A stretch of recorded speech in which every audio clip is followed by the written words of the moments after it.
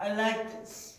I don't like talking like this, so I like getting the kinetic energy of this crowd, this wonderful crowd that I see here today. So, disability is something that I fought throughout my life, even including birth. So, it wasn't a choice to me, God gave it.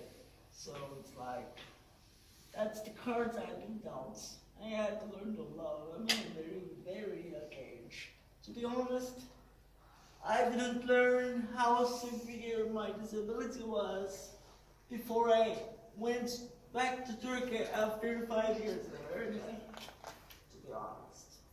Because in 2005, Turkey wasn't very known for its accessibility, let's say. It was a very rough couple of years, and then my mother and this organization started made a school. Isra and Bishra and Berat, it's a part of the organization. They made a school, and later, they made a high school. So Turkey is slowly but surely opening up. To be honest, Turkey is very, very, very ill-equipped sometimes. You cannot go everywhere in the country, for example, and expect an accessible thing to be there for you. A ramp is not a given, for example,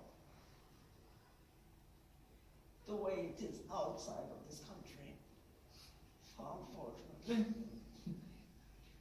But I fought in my own way. It's,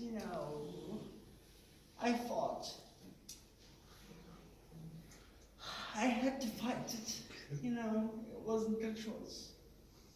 But I learned to like it over the years. It was a very tough thing to do. I saw my able-bodied peers play video games, which I couldn't in childhood.